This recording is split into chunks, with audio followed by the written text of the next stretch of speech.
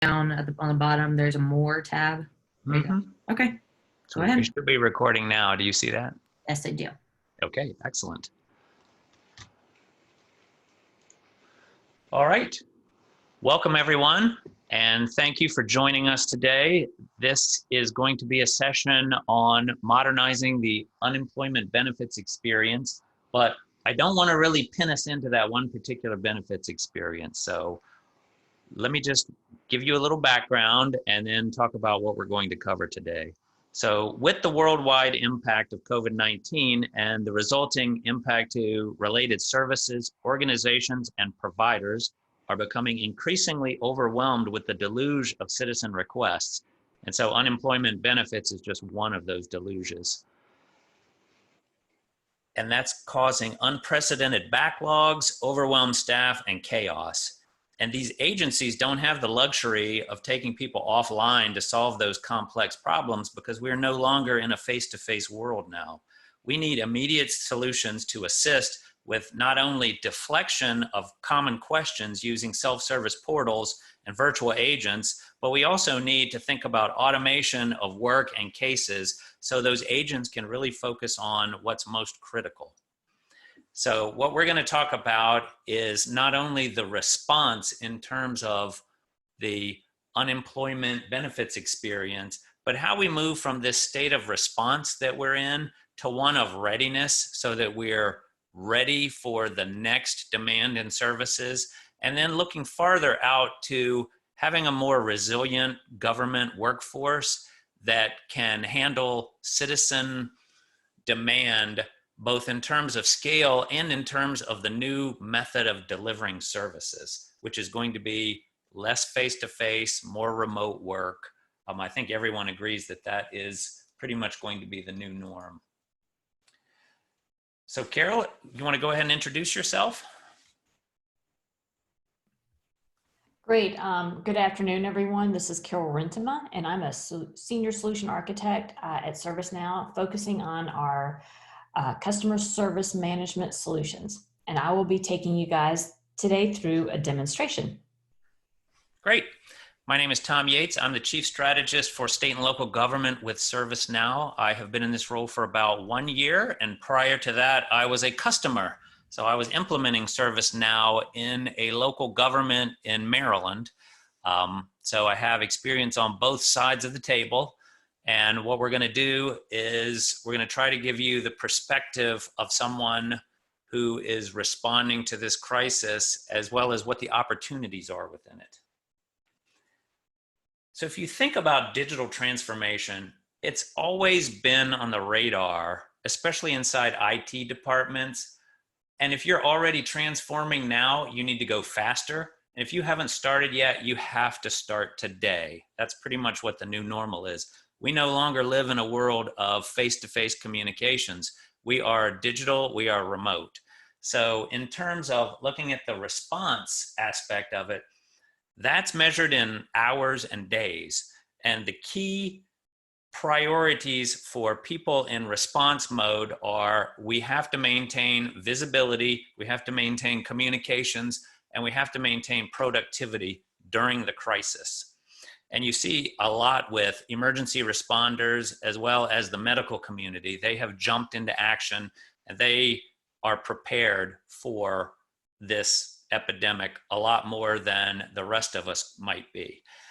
And if you're in the IT department, you really need to focus on maintaining service availability. And you're getting pulled in so many different directions in terms of response that it's important to keep those channels of communication open, both for your customers, the citizens and residents of your jurisdiction, as well as internally amongst your employees.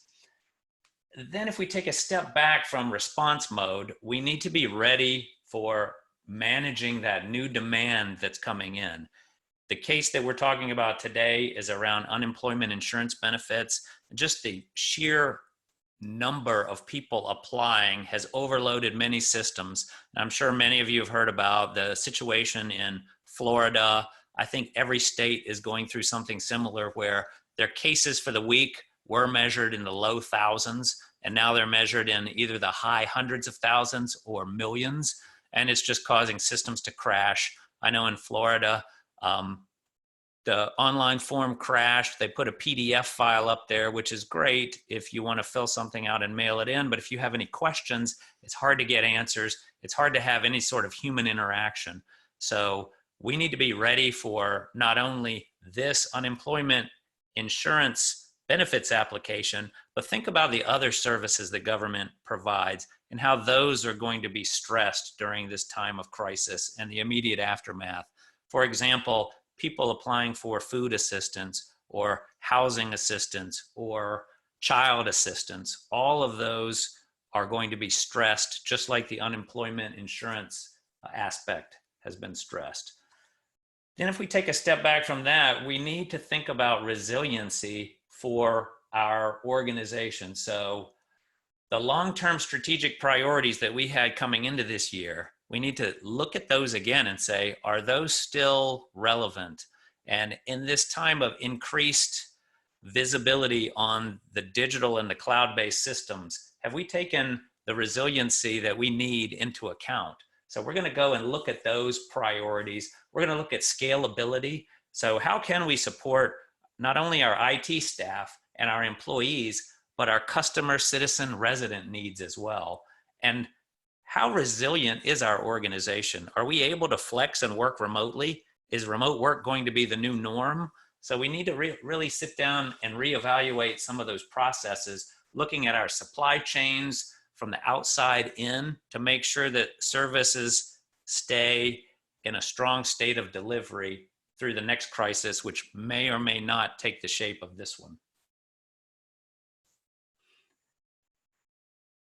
And we like to say in ServiceNow that behind every great experience is a great workflow. And what we mean by that is work needs to flow across the enterprise in order for there to be a great experience. So if you think about some of your experiences that you have outside of work, what typically are you looking for? You're looking for a level of delight. And delight comes from communication. It comes from not only getting what you expected to get when you expected to get it, but being notified along the way. So that workflow can sit on a platform like our Now platform, which is designed in the cloud. It is the pristine platform of platforms that allows work to flow across the enterprise, breaking down the silos, breaking down the location barriers that we have now, and allowing your customers, the citizens, to communicate with you through mobile experience, through telephone calls, through SMS. They can communicate with you through website. And internally, your teams can maintain productivity from remote locations with things like Microsoft Teams, Now at Work, Slack, even Facebook Messenger. There's the capability to communicate and have workflow across all of those channels. But the key thing to remember here is all of these workflows are sitting on top of the Now platform, which is foundational. It's a single data model, one architecture that allows workflows in IT, workflows in HR, in finance, in customer service, all to use the same framework. And that gives you a single pane of glass and a single system of engagement for your internal workforce as well as for your customers. And this system of engagement can still work seamlessly with your systems of record. So if you have, for example, financial information inside SAP that you need to expose for case management, that can be done easily. And the person never has to leave the Now platform. So you have one place to go to do your work, and Carol will show you a demonstration of exactly how flexible our agent workspace is in getting a 360-degree view of your citizen. But just think of all these systems of record on the back end as being accessible to the workflows that you're building on the platform. And before I hand it over to Carol, I just want to also mention that you can build a page to collect information. So anyone can put a form up there. the form can collect information and send it to an email, for example. And that's the way a lot of online forms work. You really need to take a step back and say, how are we going to actually deliver these services? And service delivery is a lot different than data collection. So there are a number of applications out there for data collection that people are starting to stand up to respond to the crisis. And that is one step, but you need to look at the bigger picture of, with your distributed workforce now, how are you going to actually handle the service requests that are coming in? How are you going to be able to track them? How are you going to be able to get to place numbers on the interactions and say, we have responded to X number of applications. We are requesting X number of dollars from FEMA, for example. So really think about the service delivery and not just the data collection. And I think you'll see that we have a very compelling solution here. And Carol will now demonstrate what that looks like in the world of uninsurance benefits claims. Great, thank you, Tom.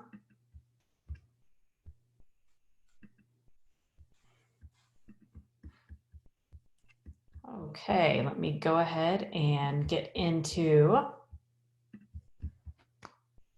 presentation mode. Okay, I want to make sure everyone can see my screen today.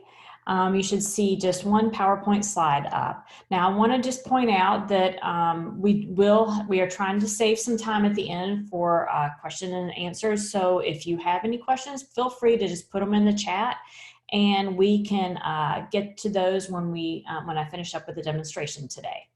So with that, let's go ahead and get started. So what I want to take you guys through today is how you could scale the support team, your support teams with omnichannel. So we're going to look at our constituent or citizen, Sam Collins, who needs to file unemployment with the state, or he just needs information about filing unemployment. So he has multiple options with ServiceNow. He could reach out via phone or email or go to a self-service portal. And today we're going to see him actually interact with a chat. Now this chat could be directly just on your website. It doesn't have to be embedded in our portal. So multiple options. It could be in both places. But with that chat, he's going to get into a conversation with a virtual agent. So showing how you can go ahead and scale that team, your teams very quickly, maybe just to provide some of those easy answers that, constituents are asking for. But today, it's actually going to take him through a set of decisions that at the end will create the unemployment claim.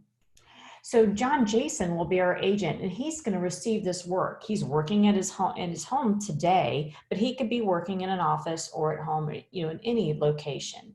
Once he receives that work, he's going to review this request and begin the processing of it. At any time, Sam would have visibility to the status of his claim, so that we're able to prioritize and schedule and get as many of these constituents and citizens completed in a timely fashion. Now, we're going to take it a little further today because we're also going to give Sam that ability to call in via phone, because we know that that's still going to be whether it's a channel of choice or for those more complex issues. So let's go ahead and get started.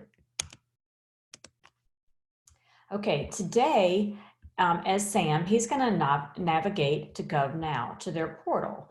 And you'll notice right here, he can see very quickly, he can request unemployment benefits. And this will just take him through a guided process here where he can actually just enter information. But instead, he is just going to go back. And instead, he's going to say, you know what, I'd like to get help. So again, with our portal here, he's able to, this is a responsive portal. So it doesn't matter if he's on his phone, if he is on an iPad, it's going to dynamically resolve based on the device he's on. But instead, he's going to go to get help. Now, again, keep in mind, I said that this could be just on the state's homepage or website. So the first thing, he's greeted just with a very quick comments from the virtual agent. And he could select show me everything to see a list of topics. He could search for what he wants, but instead he just wants to type in, let's see, do I qualify for unemployment? Okay, so using natural language understanding, the virtual agent is able to interpret what he's looking for and guide him on the right process right away. So you'll notice that the first question here is, are you an independent contractor or self-employed? I know in many states, they haven't really determined exactly how they're going to accommodate kind of the gig workers and in the gig economy we're in, as well as just true self-employed. So you need to provide those options. I know in North Carolina, there's not a chance to be able to apply for this online until April 25th, just based on getting their systems ready for this. But luckily for Sam, he is not an independent contractor and he's going to select no. So that's going to branch him a different way. Had I selected yes, it may just provide more details, or it may be able to go ahead and start the process. So since Sam does qualify, our virtual agent is going to say, hey, can I help you get started with the filing? Well, this is great for Sam because he really doesn't know all the information he needs to provide. So he's going to go ahead and start the process. And you'll see it's already personalized specifically for him. So what kind of identification do you have today? Well, he's going to select driver's license, and he's going to go ahead and provide his number. Again, at any point, had he selected a different option, it's going to guide him on a different process. So this way, it's what's the state of issuance. He's going to say North Carolina. And yes, he is a citizen. Now, if he's not, then it's going to ask for other documentation to prove can he be applying for this claim. And so what's the reason for your unemployment? Sadly, it's shelter in place. Okay.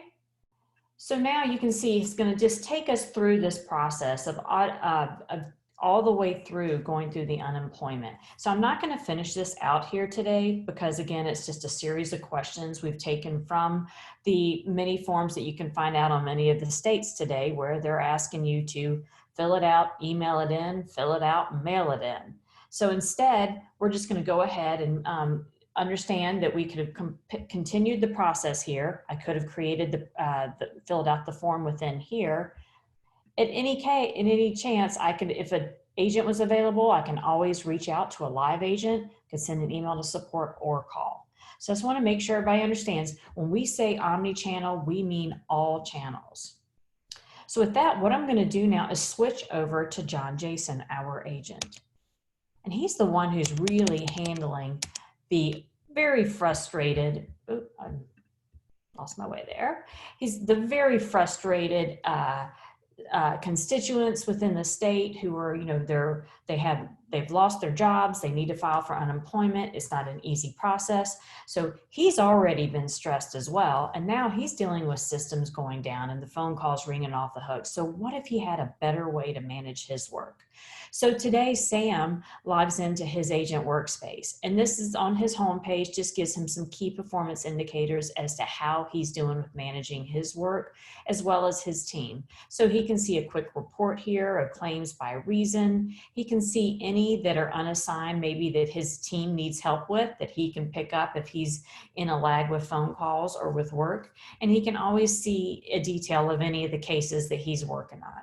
So this workspace is configurable, is tailorable based on, again, you know, roles of the individuals. If you're working within unemployment claims versus working with SNAP benefits, may be totally different views that they need to see. So today, John's going to navigate down the left-hand side, and when you see list, this is how he manages his work. Okay, you can see all the different types of cases or unemployment claims that are coming in. Now, I like to think of these as a little bit more like queues where where John can come in and pick up the next case and just work it down through the process. Now, kind of a LIFO or FIFO, or, you know, basically I like to think of this as a pull method where you have to go and pick the next one out of a queue. But instead, what we'd like to do is look at our advanced work assignment engine. And what our advanced work assignment engine does is it pushes work to our agents based on their availability, based on the capacity, based on skills, based on the channels that they're supporting. So today, John is going to be able to support all channels, including the phone channel. But you'll see that he already has a case that's going to come in. So he's going to select accept on this.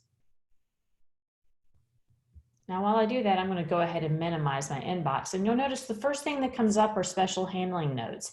Now, this is a way to alert your agents about things that are very specific, whether it's to this case, to this person, maybe based on the conditional rule of the type of employer or the name of this employer. We're going to let them know a special handling note. Hey, if anything is coming in from this specific employer, think of, for example, in Florida, Disney. Those are very specific that's a very specific employer. They want to make sure they're treating a very specific way. So in this scenario, though, we're just going to push out something very, specific, just to know that all the citizens are very frustrated. So I can dismiss this. I can always turn those off so they're not automatically popping up, and just always know that they'll be on the case as well as on our constituents record. So now what you're going to see is a snapshot of our consumer. So we can see this is Sam Collins, some specific information that we want to have visible on him. We can also see over here on the right that we have a clock letting us know what our SLA is to respond to this. So we can set SLAs based on any criteria with or conditions within the case record, within this type of employer or type of employee constituent. We can also set our SLAs based on how fast we respond versus how fast we resolve, and or both. So in this standpoint, though, we've got a day and a half for us to respond back to our constituent on this. So what I'm going to do is go ahead and minimize that, because I really want to be able to go ahead and work on this this case. So you'll see that all the information, the questions that were captured, reason for separation, there were details. If I would have continued on with the virtual agent, would have captured salary rate, the hours, all of that information would have populates into here, as well as any of the employer details. So all of this gives the information that our agent needs to begin the processing and the adjudication process for this specific constituent. Now, over on the right, you're going to see that there's always a stream of the activities of things that have happened within this case, if this is a longer going case.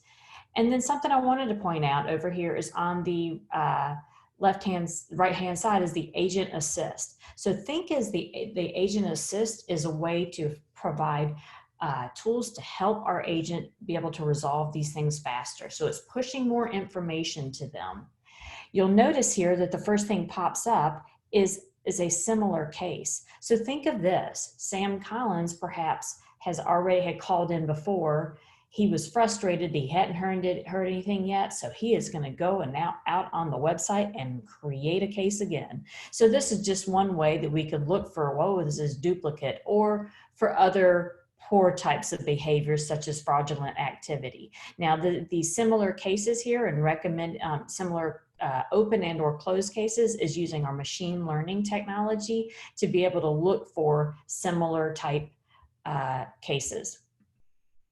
I could also scroll down here and look at any of my knowledge articles. So again, for a very quick way, not all of these cases or unemployment cases that are coming in are actually going to be unemployment requests. Maybe some of them are just going to be questions. Can I apply for this? Do I have to, they're just creating cases saying, do I have to reapply every week, doing the recertification? Do I need to show proof that I'm looking for a job? So a lot of this information, we would hope the virtual agent would absolutely respond back to them, but just in case our constituent feels the need to still ask the question and create a case, they absolutely can do that, and we can use knowledge articles to respond. Yeah, and if I can just jump in here for 1 second, you just made a very important point, which is you've got really two factors that are helping your agents. Number one is case deflection. So if someone can find the answer themselves without having to actually talk to someone, that is a great outcome for them and a great outcome for your busy case agents. And then number two is the ability to quickly respond and have that information about whether someone has already applied before, so that you're not duplicating work. So again, you're trying to keep that busy work off of your case agent so they can respond to the really important things that matter during the crisis. Thanks a lot, Tom. Absolutely. I also wanted to point out that one of the important things about our agent, how our agent workspace is designed, is this is really designed for the multitasker. Okay, someone who has a lot of activity coming in at once. They may be working on one case where another case comes in, or while they're working on this case, they may want to open up a record and look at the details. So not only can we see the case information, we can also see things specific to Sam. So when Sam filled out his driver's license number, selected that he was a citizen. So at any point when our agent, again, is trying to validate this work in order to say, okay, now it's ready to be processed, he always has access to any of the detail that was collected in the self-service fashion. Yeah, and if Okay. I can just jump in again, this feels like that Amazon experience where if you go in and you purchase something, it says you might also like this if you like that. Well, what if you had a situation where you could say, if you're applying for this, you might also need that benefit. So you're starting to bundle benefits together in an intelligent way instead of forcing your customers or citizens to go out and search for that information themselves. And to the extent that you can put all of these workflows on one platform, now you leverage the value of a single sign-on for the resident so that that person fills out information in one place and can use that same information to apply for multiple benefits. So now you've really started to break down the silos between the organizations, and you have really simplified the life of the person who really needs those benefits now. That's such an important point, Tom. Thanks for bringing that up, because I always think about how I've seen that in multiple agencies where you have to fill out the exact same information every time. So with this specific case, though, back to my story, I want to, in this one, just thinking about from an efficiency, again, for our agent here. So you'll notice that we can have templates that can automatically just ease the clicks, the amount of information that your agents need to fill. So they need to populate specific information to drive the reporting, to drive the rest of the processes, but they shouldn't have to do so much scrolling. This is the amount of work and the volume that they're trying to get through. We want to make sure that we can automate as much of this as possible. So just with one click here, it's going to populate specific information, and then we can just actually save this information, and it's going to change our state to resolved. Now, what happens in a resolved process, to think of this as the rest of the workflow, is this would actually go back to the portal for Sam Collins. He could also receive all of this in email. Really, that's a preference of his channel preference.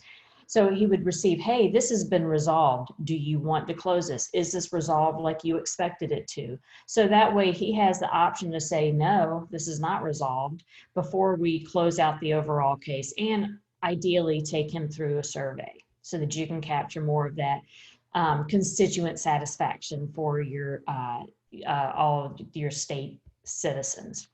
Okay, so that took us through one, but let's think about what could really happen. Now, Sam may have created a case, but if you recall, he created a case before. So what happens when Sam says, you know what, I haven't gotten everything I need, or my issue is more complex. I get a 1099 form, but I also work for this employer. I don't know which way to respond to this, how to file. So what he's going to do is he's actually going to call in. So you'll notice down here on the side panel, I also have a phone icon. So this is where our soft phone can live and breathe. So today what I want to do is simulate a call coming in using 3C Logic as one of our premier partners for our telephony channel. And what's great about this is it's going to sync up with our advanced work assignment engine, because sometimes our agents are working cases, sometimes they're working calls, sometimes they're working chats. But in this scenario, a phone call is going to take priority. So when we have phone calls coming in, we want to be able to let the advanced work assignment engine say, whoa, don't give us any more cases. Don't send us any chat requests, because we're on a phone call right now. So we'll always want to be able to get those people who want to talk on the phone or need to talk on the phone. We want to be able to provide that. So I'm going to go ahead and select the inbox here. And instead of typing in a phone number to simulate, I want to simulate that through the IVR, they decided to enter in their case number. So I'm going to go ahead and select scheduled that. And what you're going to see behind the scenes here is it's now opening up an interaction, and it has brought my case information in here. Okay, so the first thing I want to do is verify who I'm talking to here. And so I'm going to say verify consumer, and I thought I saw Sam's name in there. So we'll go ahead and say, is this Sam Collins? Or maybe, you know, we'll verify who we're talking to. Well, can you give me your mobile phone number or verify your email address? So any kind of important information that you want to do to make sure you are actually talking to one of the constituents of your state who should, you know, should be asking for this in the first place. So I'm going to select done. And now we've actually verified who we're talking to. We've got the case that we want to work on. So I can always go back to the details of this interaction that says, okay, we did verify this, and we're always going to be capturing the phone log as we go along. But now what I want to do is go ahead and open up my case. Okay, again, we'll see special handling notes, anything that I needed to be aware of for Sam Collins. Okay, and in this scenario, I can, you know, he's calling regarding the status. Well, unfortunately, we don't have your application period. So can we go ahead and get that? And we're going to go back, and he said, oh, it started March 16th. So I'm going to go ahead and enter that information and select save. And now I'll be able to tell Sam that, you know what, we can go ahead. This has been validated. I'm going to go ahead and get it ready for processing now. So now this can take this through the rest of our process. Okay, so you can see here the state went to validated. So we could set up different steps of process in the process. So when it's validated, maybe that means it's now going to go push through the adjudication process to get them set up to determine what their benefit amount is going to be, or to go ahead and process the entire claim. So just some examples of how we can move through the process, and at any point in time when we are changing these states, they can kick off other workflows, they can kick off tasks for other people within the agency or cross-agency, as well as talking to the individual systems, specifically those mainframe systems where the claims are being processed today. Okay, so with that, if I go back, and let's see, we're going to go ahead and finalize our call. And what that's going to do is set back to the inbox that I am now available again for calls.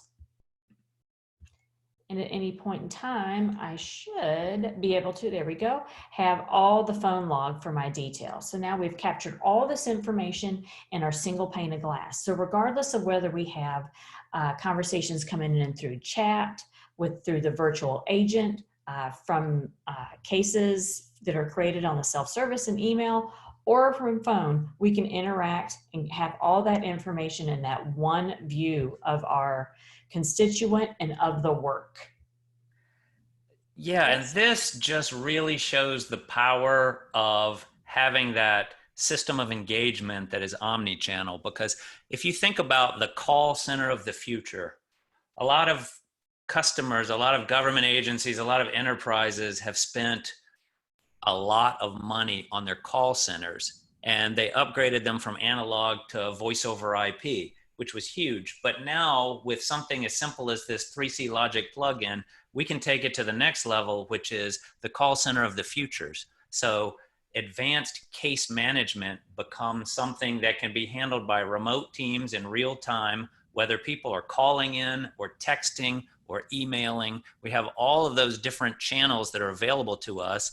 And I know you can think of people in your life who would never think to do anything but pick up the phone and call someone. And then you can think of people in your life who that would be the last choice that they would choose. They would rather text you, they would rather email you, they would rather get on a website and chat with someone before they would talk to someone. So this is a call center capability that takes omni-channel to a new level, because it's born in the cloud.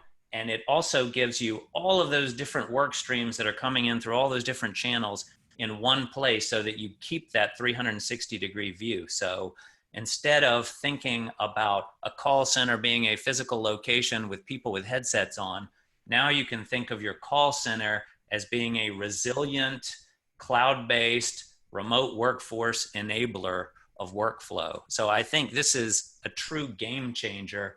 And again, the unemployment benefits application process that we're specifically talking about here is just one example of a workflow that can be, I would say, pretty straightforwardly lifted and shifted onto this platform and give you all that omni-channel capability. So you have the ability to add the case deflection pieces. You have the ability to put machine learning and AI behind the scenes to help route the call to the right person, or to be able to suggest articles or knowledge-based information to solve the problem before the case is corrected, before the case is created, rather.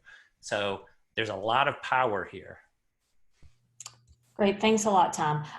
So for the last thing, I would like to end just taking the full power of this, of giving you that holistic view and being able to look at this from the analytics perspective. So in this scenario, thinking of from a customer service manager, being able to see all the open cases, what are first contact resolutions? So how many of those were, as I call, one and done?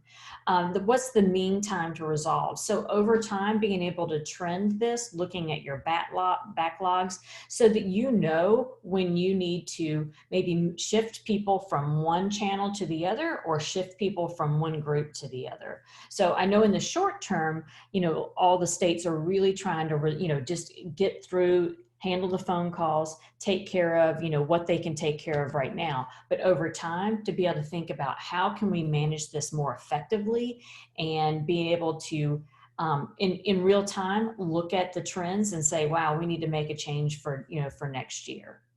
And I would like to— That's a really good point too. I'm sorry, Carol. I Yeah, just want that's to fine. jump in here for 1 second. This is a really important part right now in response mode, because typically, like, I worked in a county government and we had 7 different call centers. And wouldn't it be nice if the health department was getting overflowed with calls, if they could rely on, say, the fire department to be able to back them up and to deflect some of those cases so that they could focus on the crisis. So this real-time performance visibility is something that a lot of organizations don't have. And it's a key component of that whole response to readiness to resiliency journey that we're all on. Yep, perfect. Thank you. And it is great points to make. The last thing I did want to end with is a real-time view from the operations dashboard for our agents, being able to, the manager, to be able to see, hey, how many work items do we have waiting? Again, this is the real time saying, wow, I have got to move people off of one of these channels over into one of these other groups. So again, as you have your call center of people some handling phones, some handling chat, being able to look and say, this is where we can move people from one channel to the other, or from one team to the other, being able to see who exactly is available, who has capacity. Again, all of that information in a real-time dashboard, so that the call center managers can make those real-time decisions. Okay, with that, I think we want to open this up to some question and answers. Yeah, let's do some Q&A. So on the chat, we have a couple of questions. There's one for me. I'll go ahead and read the question. As a former government employee, did you have an emergency situation where your systems were inadequate to handle needs? How open were you to outside vendor solutions in that time? Availability of leadership in government is changed. How do you suggest we get attention for the solutions? So unfortunately, the answer is yes. I did have a couple of different emergency situations where our systems were inadequate at the time. So I'm not sure how familiar you are with Maryland or Howard County or Ellicott City, but we had a flood. We actually had 2 floods, one in 2016 and one in 2018. And they were devastating. Luckily for us, they were very concentrated in a small area, but we saw our systems completely inadequate to handle the needs. So I think at that time, I was in response mode for probably a week or 2, but after the initial shock wears off and after the teams show up, then you start to realize what you need to put in place. And I think that's the point where you start looking at outside vendor solutions. So it's not that you can't get someone's attention before then, but usually they're focused on just getting their arms around the size of the problem. Well, I think everyone now understands the size of the problem. We have a pandemic on our hands, and the models, while they may be off by factors, they seem to be very good at predicting where the hotspots are. And so we have experience in government knowing when this hits, this is what's next, and this is what's next, and this is what's next. So now we know we've gone from emergency medical response to the economy is shut down. What does that mean in terms of people and the support that people need from the government in times of crisis? So unemployment insurance benefits, SNAP TANF benefits, et cetera. I think that people will be open to the vendor solutions, but if you are someone selling products to government officials at this time, please do not go around your champion. So if you're talking to the CIO, for example, and that person is with you lockstep and they're working on an implementation on ServiceNow, the last thing you want to do is go to the governor's office and try to talk to them about solutions, because you need to bring it through the channel so that everything can be coordinated. And think about this as the journey that we were talking about, from response now to readiness for the next issue, to what does resiliency look like in the future? And there's so many different pieces that are strategic, but right now there's mostly pieces that are tactical. So I would definitely advise you to, yes, talk about some of the opportunities. I think the innovative ways that people are using the ServiceNow platform is just astounding. And it's kind of like, if you're so close to it, like I'm so close to ServiceNow, I have been a fan of this platform ever since I was a customer. I started seeing all these different use cases for it. Well, what if we used it to do this? Well, what if we used it to do that? But strategically, showing what customers are doing in crisis to other customers has real value, because no one really wants to be the first one to do something. But look what Carol just showed with unemployment benefits claims. That is a really powerful opportunity, and it's outside of IT, but it is IT. So you really want to make sure you bring your friends along on the journey with you. I hope that helps to answer that question. And we have another question. How long would it take to stand this up for initial response to citizens? MVP type of use case. I'm going to hand that one over to Carol. Yeah, so what we are working on this with several states right now. We're in the process where we've already had several of our partners give estimates or rough order of magnitudes. And really from MVP, they're looking at more of a crawl, walk, run approach, and we're seeing around 3 to 4 weeks. So but within that, keep in mind that like 1 week out could be that virtual agent just deflecting calls already, just deflecting, just providing that a first level of just responses. So as we think about it, we could actually get them something that can alleviate the pain right away and then build on that over time. The second question, how does your licensing module work as you are looking at a significant number of publics that can use the solution? Oh, how does your license model? So we do not license the public. I will tell you that. That's, it's really has more to do with the types of the agents, the people that are doing the work. Outside of that, I don't really usually talk more about licensing. I can find someone to provide a stronger answer, but just keep in mind that we're not suggesting that you license the entire public. Does that help? Yeah, and I think that's an important feature of the platform is you're opening this up to everyone. So everyone doesn't need a license to request services. It's the fulfiller of the services, the case agents, the people that are actually working on the cases. Those are the internal employees or contractors or volunteers. Those people need to be licensed because it is a named user licensing model. So for auditing purposes, you will know who responded when, and all of that gets put in the audit log.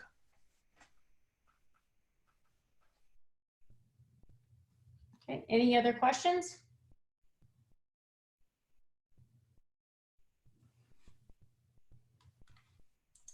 feel free to come off mute and ask questions, or you can type them in the Zoom webinar chat.